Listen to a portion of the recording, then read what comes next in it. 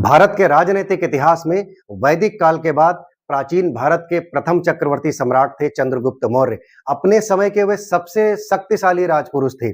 उनके अपने शासनकाल में पहली बार इस प्राचीन भारत में एम्पायर यानी साम्राज्य शब्द का सही शाब्दिक अर्थ घोषित हो रहा था। एम्पायर यानी साम्राज्य, साम्राज्य की जो भी अवधारणा थी उसको कंप्लीटली लागू कर चुके थे सम्राट चंद्रगुप्त मौर्य, क्योंकि पहली बार किसी राजा के शासन में इवॉल्व्ड स्टेट यानी विकसित राज्य की अवधारणा डिक्लेयर हो चुकी थी। यूनिफॉर्मिटी ऑफ लॉ यानी कानूनों की एक रूपता का पालन प्रारंभ हो चुका था। मोन्यूमेंटल आर्किटेक्चर यानी स्मारकीय वास्तुकला का, सभ्यता का प्रचार प्रसार शुरू हो गया था, उस पर काम शुरू हो चुका था। स्क्रिप्ट्स यानी लेखन प्रणाली, लिपि, आलेख, शिलालेख और पटकथा जैसी सभ्यताओं का विकास प्रारंभ हो चुका था। वैसे तो मानव सभ्यता के उदय से ही धर्म प्रत्येक व्यक्ति के जीवन का अभिन्न अंग रहा है, तो फिर सम्राट चंद्रगुप्त मौर्य भी धर्म से अछूते नहीं रह सकते थे। यद्यपि चंद्रगुप्त मौर्य के जीवन में धर्म का कोई सक्रिय योगदान और महत्वपूर्ण भूमिका नहीं दिखाई पड़ती थी, क्योंकि वो जिन विषम परिस्थितियों में सिंहासन रूढ़ हुए थे उस समय धर्म को मानने की बजाय, धर्म की स्थापना की बजाय उनकी प्राथमिकताएं थीं उनके अपने राज्य में शांति हो, स्थिरता हो, सीमाओं की सुरक्षा हो और सभ्यताओं का विकास हो। इस पर पूरी तरीके से चंद्रगुप्त मौर्य प्रतिबद्ध थे कि उनकी प्रजा सुखी रहे और समृद्ध रहे। अधिकांश प्राच्यविद यह मानते हैं कि अकाल की भविष्यवाणी के चलते सम्राट चंद्रगुप्त मौर्य ने जीवन के अपने अंतिम दौर में, अपने शासनकाल के अंतिम दौर में जैन धर्म में दीक्षा ली और उन्होंने जैन आचार्य भद्रबाहु से दीक्षा लेकर के वह जो अब कर्नाटक में पड़ता है स्थान श्रवणबेलगोला जाकर के जैन परंपरा के अनुसार आत्मसलेखना विधि से अपनी देह का त्याग किया।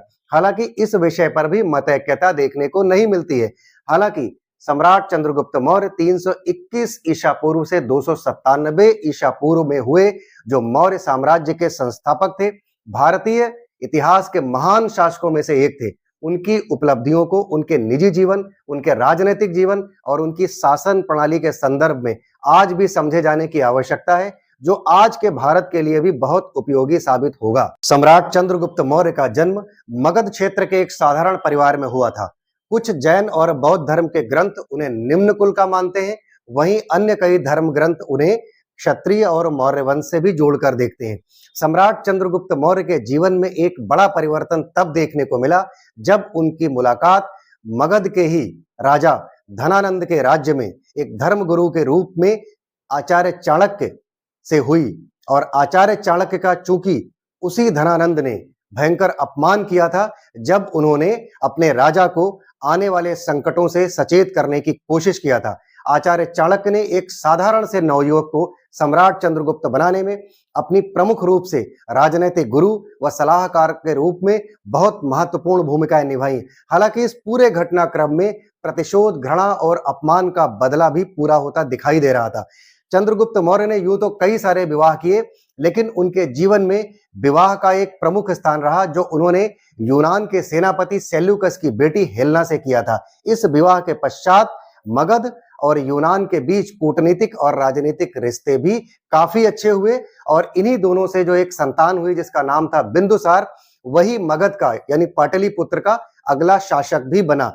धर्म के प्रति चंद्रगुप्त मौर्य के जीवन में अंतिम दौर में आस्था जागी और वह, हम बता चुके हैं पहले भी कि वह कर्नाटक में पढ़ने वाले श्रवणबेलगोला जाकर के उन्होंने जैन धर्मगुरु भद्रबाहु से दीक्षा लिया और वहीं आत्मसलेखना विधि से अपनी देह का त्याग किया, यानी उपवास करके अपनी देह का त्याग किया।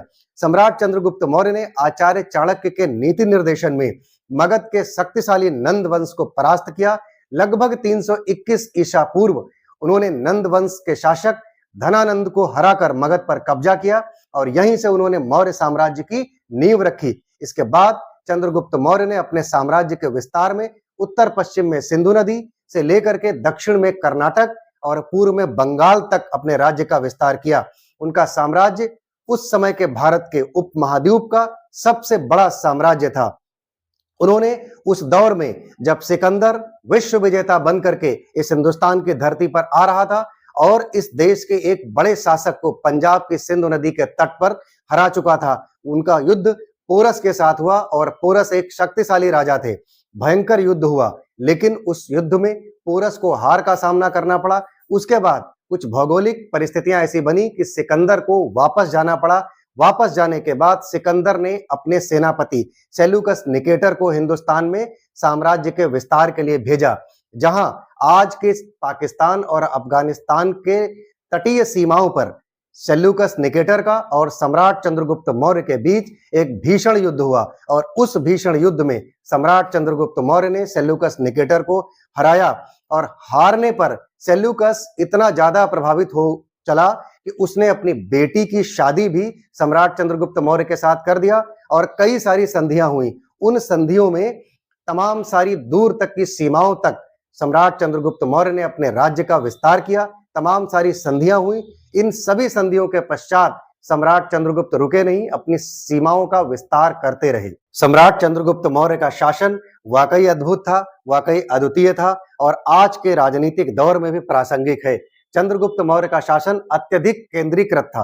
राजा सर्वोच्च शक्ति था, लेकिन प्रशासन को कुशल बनाने के लिए विभिन्न विभाग बनाए गए थे। प्रशासनिक व्यवस्था को और अधिक सुदृढ़ बनाने के लिए पाटलिपुत्र को साम्राज्य की राजधानी भी बनाया गया था। राज्य को मंत्री परिषद व उच्च अधिकारियों का सहयोग भी प्राप्त था। साम्राज्यों को प्रांतों में विभाजित किया गया था, जिन्हें राजकुमार या विश्वसनीय गवर्नर शासित करते थे। गांव और नगर स्तर पर स्थानीय अधिकारी जैसे नगराध्यक्ष और ग्रामीण प्रशासन को संभालते थे। चंद्रगुप्त के शासन में कर संग्रह, व्यापार संग्रह और कृषि पर विशेष जोर दिया गया था और इनको पूरी तरीके से सुदृढ़ व सक्षम बनाने की लगातार कोशिशें जारी थी। अर्थशास्त्र के अनुसार कर प्रणाली बेहद व्यवस्थित थी, जिसमें भूमि कर, व्यापार कर व अन्य कर शामिल थे। राज्य ने सिंचाई व्यवस्था में भी और व्यापार मार्गों में भी बेहतर सुधार का समावेशी प्लान बनाया था। सम्राट चंद्रगुप्त मौर्य की सेना भी बहुत विशाल और संगठित थी, जिसमें पैदल सैनिक, घुड़सवार, रथ और हाथी भी शामिल थे। गुप्तचर व्यवस्था यानी जासूसी भी बहुत मजबूत थी, जो आंतरिक और बाहरी खतरों पर नजर रखती थी। न्याय व्यवस्था कठोर लेकिन निष्पक्ष हुआ करती थी। ग्राम स्तर पंचायतें छोटे विवादों का निस्तारण करती थी, वहीं गंभीर मामलों का संज्ञान राजकीय अदालतें लिया करती थी। सम्राट चंद्रगुप्त मौर्य ने सभी धर्मों के प्रति सम्मान रखा और सहिष्णुता दिखाते रहे। हालांकि वे अंत में जैन धर्म के अनुयायी बने और अंतिम दौर के अपने शासन काल में उन्होंने जैन धर्म में दीक्षा ली और जैन धर्म की सलेखना पद्धति के अनुसार अपनी देह का त्याग किया। लेकिन उनके अपने पूरे शासन काल में बौद्ध धर्म व वैदिक परंपराओं का खूब विस्तार हुआ, जिसका उनके राज्य में पूरी तरीके से समर्थन भी किया गया। सम्राट चंद्रगुप्त मौर्य का जीवन एक साधारण व्यक्ति से अखंड भारत के सम्राट बनने की प्रेरणादायक गौरव गाथा है। आचार्य कौटिल्य की बुद्धिमत्ता और सम्राट चंद्रगुप्त मौर्य की नेतृत्व क्षमता और शक्तिशाली राजनीतिक क्षमता और राजनीतिक कौशल ने मिलकर मौर्य समाज को अभूतपूर्व ऊंचाइयों तक पहुंचाया और आज के जिस अखंड भारत की परिकल्पना तमाम सारे इतिहासकार करते हैं, उस अखंड भारत को 321 बीसी में जी करके उस पर अपना साम्राज्य स्थापित करके इस भारत को नई ऊंचाइयों तक पहुंचाने का काम सम्राट चंद्रगुप्त मौर्य ने करके दिखाया। आधुनिक भारतीयता को मजबूती भी प्रदान करती है उनकी ये गौरव गाथा। उनकी शासन प्रणाली ने भारतीय प्रशासनिक व्यवस्थाओं की नींव रखी, जो तब से लेकर आज तक के राजनीतिक सिस्टम में प्रासंगिक है। उनके जीवन का अंत एक जैन साधु के रूप में हुआ। यह बात अपने आप में दर्शाती है कि उनकी आध्यात्म के प्रति सोच बहुआयामी थी। वह सभी धर्मों का, सभी तरीके से आध्यात्म के मार्गों का सम्मान करते थे। उनकी सोच बहुआयामी सोच थी।